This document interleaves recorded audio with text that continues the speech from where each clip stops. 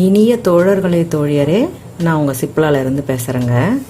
இன்றைக்கி நம்ம mountain sleeve அப்படிங்கிறத எப்படி வெட்டி தைக்கலாம்னு பார்ப்போம். வாங்க வீடியோவுக்கு போகலாம்.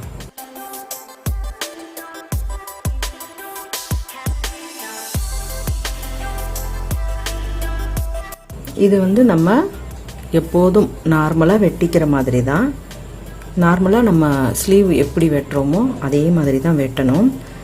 ஒரு வித்தியாசம் மட்டும் இதில் செய்யணும். நீங்கள் எந்த ஹைட்டு வைக்கிறீங்களோ அது உங்களோட விருப்பம். ஆனால் இதில் கொஞ்சம் ஷார்ட்டான ஸ்லீவ் தான் ரொம்பவே அழகாக இருக்கும்.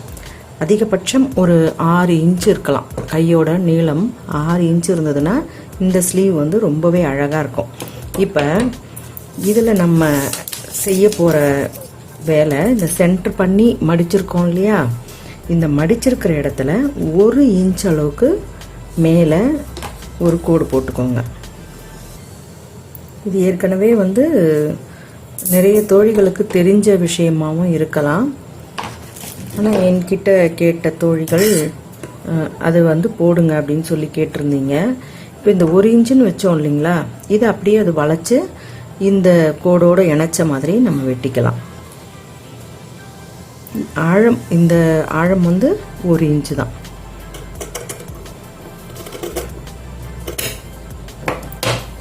அப்படியே இதை வளைச்சி இந்த இடத்துல வெட்டிக்கிட்டோம், அவ்வளோவே தான். இப்போ இப்படி நம்ம ஸ்லீவை பிரித்து போட்டோம்னா இந்த மாதிரி வரும்.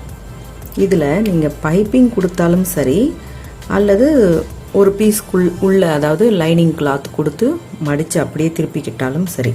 இந்த மாதிரி 2x2 அந்த மாதிரி இருக்கும் பொழுது நீங்கள் அதுக்கு பைப்பிங் கொடுத்தீங்கன்னா ரொம்பவே நல்லாயிருக்கும். இப்போ நம்ம பைப்பிங் இந்த மாதிரி ரெடி பண்ணி வச்சுருக்கிறத நல்லா இழுத்து தான் நம்ம இந்த ஓரத்தில் தையல் போடணும். அதாவது நம்ம தையல் போடும்பொழுது இந்த பக்கம் நல்லாவே அந்த கிராஸ் பீஸில் இழுத்து போடும்பொழுது நல்லா ஸ்ட்ரெச் ஆகும் இல்லையா, அந்த மாதிரி ஆகும். இப்போ இந்த ஓரத்தில் நம்ம கிளாத்தில் வச்சு தைக்கும் பொழுது இதை கொஞ்சம் லேசாக இழுத்த மாதிரி தைக்கணும். ஆனால் மெயின் கிளாத்தை இழுக்கக்கூடாது. பைப்பிங்கில் மட்டும் எப்போதுமே அந்த மாதிரி தான். கொஞ்சம் இந்த இடத்த, இந்த ஓரத்தை மட்டும் கொஞ்சம் அப்படி லேசாக அப்படி இழுத்த மாதிரி வைங்க. அப்போ இதை நம்ம திருப்பி மடிக்கும் பொழுது ரொம்பவே அழகாக இருக்கும்.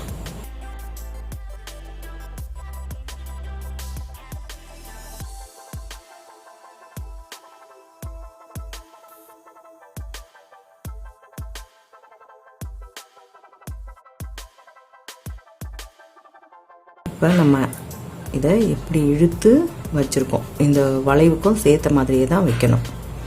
திருப்பும் பொழுது இந்த கிளாத் மெயின் கிளாத்து அதில் மாட்டாத மாதிரி கொஞ்சம் ஜாக்கிரதையாக தைங்க. இப்போ இதை அப்படியே நம்ம பைப்பிங் பண்ணிடுறோம்.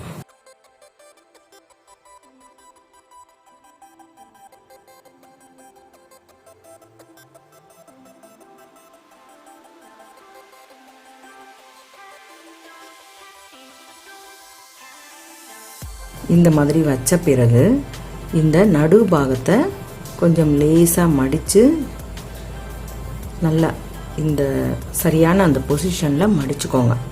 மடிச்சுட்டு இந்த சென்டரில் மட்டும் ரொம்ப கிராஸாக ஒரு தையல் தெரியுதுங்களா. இந்த அந்த நுனி கொஞ்சமாக அந்த வெளியே தெரிஞ்சால் போதும். நல்ல ஒரு ரஃப் மாதிரி போட்டு எடுத்துக்கோங்க. நம்ம ஆரம்பிக்கிறதும் முடிக்கிறதும் இந்த உள்பக்கம் கிளாத்துலேயே அந்த தையல் வர மாதிரி கட் பண்ணுற மாதிரி வச்சுக்கோங்க. அவுட்டரில் இப்படி வந்ததுன்னா அந்த நூல் அப்படியே திரி திரியாக உங்களுக்கு வெளியே தெரியும். இப்போ மேல் நோக்கி அப்படியே அதை சின்னதாக ஒரு இது தான் போட்டிருக்கேன். அப்படி பண்ணும்பொழுது உங்களுக்கு அந்த வளைவு ரொம்பவே அழகாக, உங்களுக்கு எந்தவித சுருக்கமும் இல்லாமல் கிடைக்கும். நம்ம எப்படி வேணும்னு நினைக்கிறோமோ அப்படியே கிடைக்கும். இதில் எந்த ஒரு சிசர் கட்டும் போட வேண்டாம். உங்களுக்கு அப்படியே மீறி ரொம்ப சுருக்கம் தெரிகிற மாதிரி இருந்தால் அயன் பண்ணி விட்டுருங்க. இப்போ நம்ம 2 கையோட பீஸும் தைச்சி எடுத்துக்கிட்டோம். இதில் நான் ஒரு டிசைன் இதில் வைக்கிறேன், இன்னொரு டிசைன் இதில் வைக்கிறேன். ரெண்டுமே மவுண்டெயின் ஸ்லீவ் தான். உங்களுக்கு எது பிரியமாக இருக்கோ அதை நீங்கள் உங்களோட ப்ளவுஸில் வச்சுக்கலாம். இப்போ 4x4 அளவில் நான் ஸ்கொயராக 2 கிளாத் எடுத்திருக்கேன். ஒரு கிளாத்தை ஒரு டிசைனுக்கும் இன்னொரு கிளாத்தை இன்னொரு டிசைனுக்கும் நம்ம வச்சுக்கலாம். இப்போ இதை அப்படியே 4ஆக மடிச்சிருக்கேன்.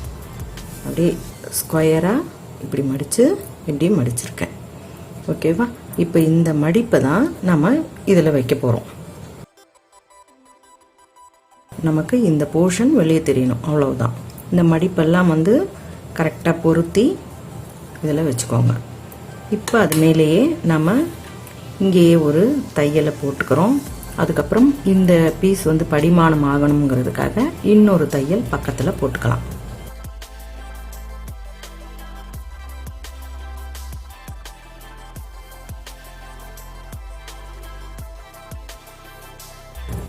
இப்போ இந்த கிளாத் வந்து நமக்கு இந்த பிசுறு இப்படி இருக்கு இல்லையா, இந்த பிசுறு நல்லா ஒரு ஸ்ட்ராங் ஆகணுன்றதுக்காக இங்கே ஃபஸ்ட்லேருந்தே பக்கத்தில் நம்மளோட பைப்பிங்க்கு பக்கத்தில் ஒரு தையல்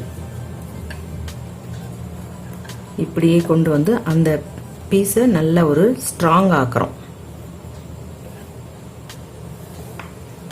ஓகேவா?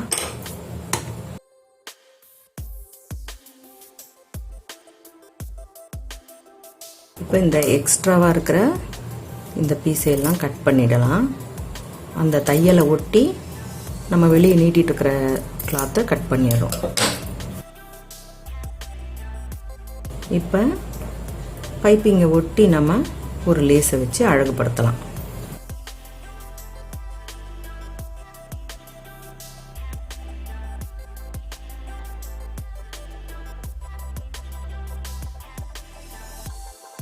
இப்போ இதில் நீங்கள் ஏதாவது ஒரு மணி கூட தொங்க விடலாம். ஹேங்கிங் ஒரு ட்ராப் மாதிரி ஏதாவது வாங்கி கூட தொங்க விடலாம். இப்போ இன்னொரு கிளாத், இன்னொரு கை, அதை எப்படி நம்ம பண்ணுறோம்னா, இப்போது இந்த 4க்கு 4ன்னு இருக்கிற கிளாத்தை குறுக்கில் மடிக்கிறோம். ஓகேவா? குறுக்கில் மடிக்கிறோம். முதல்ல நம்ம கர்ச்சீஃப் மாதிரி மடித்தோம். இப்போ இது குறுக்கில் மடிச்சிருக்கோம். மடிச்சுட்டு நம்ம இந்த எட்ஜில் இருந்து அப்படியே இந்த தையலை போட்டுக்கிட்டே வரப்போகிறோம். போடும்பொழுது ஒரு சுருக்கம் நம்ம வைக்கக்கூடிய இடத்துல அப்படியே ஒரு சுருக்கம் வைக்க போகிறோம். சரியா? இப்போ இது இப்படி தான் நம்ம தைக்க போகிறோம். ஆனால் வைக்கும் பொழுதே ஒரு சுருக்கமும் கொடுத்துக்கிட்டே வந்துடலாம்.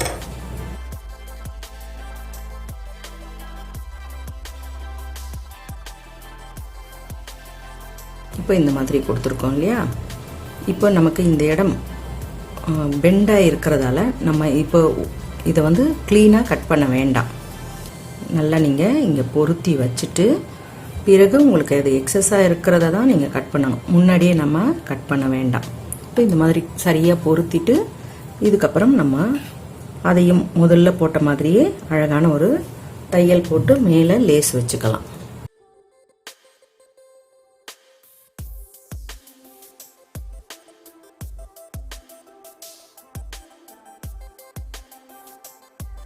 திரும்பவும் நமக்கு இந்த மாதிரி எக்ஸ்ட்ராவாக இருக்கிற அந்த கிளாத்தை கட் பண்ணி எடுத்துடலாம். இது வந்து நீங்கள் லைனிங் ப்ளவுஸில் வச்சிங்கன்னா ரொம்பவே உங்களுக்கு இந்த பைப்பிங் ஒர்க்கெல்லாம் இருக்காது. அது வந்து உங்களுக்கு ஈஸியாக புரிஞ்சிடும். பைப்பிங் அதாவது 2x2 ப்ளவுஸ்லேயும் இந்த மாதிரி வைக்கலாம்ன்றதுக்காக தான் உங்களுக்கு 2x2ல சொல்லித்தரேன்.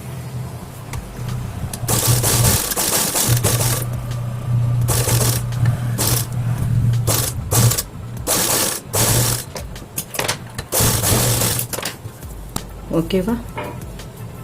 மவுண்டெயின் ஸ்லீவ் இது வந்து வாட்ஸ்அப்பில் தோழிகள் கேட்டிருந்தாங்க, கமெண்ட்லேயும் சில தோழிகள் கேட்டிருந்தாங்க மவுண்டெயின் ஸ்லீவ் கொஞ்சம் எப்படின்னு தைச்சி காட்டுங்கன்னு. இது வந்து பழைய மாடல் தான், ஆனால் இப்போ எல்லாமே திரும்ப திரும்ப வரும். நான் ஏற்கனவே சொன்ன மாதிரி பழைய டிசைன் தான் திரும்ப திரும்ப ரொட்டேட் ஆகிக்கிட்டே இருக்கும் இல்லைங்களா? உங்களுக்கு பிடிச்சிருக்கா? இந்த டிசைன் பிடிச்சிருந்தா லைக் கொடுங்க, கமெண்ட் கொடுங்க, ஷேர் பண்ணி சப்ஸ்கிரைப் பண்ணுங்கள். பெல் ஐக்கான் அழுத்துனீங்கன்னா நான் போடுற வீடியோஸ் உங்களுக்கு தொடர்ச்சியாக கிடைக்கும். மிக்க நன்றி. வணக்கம்.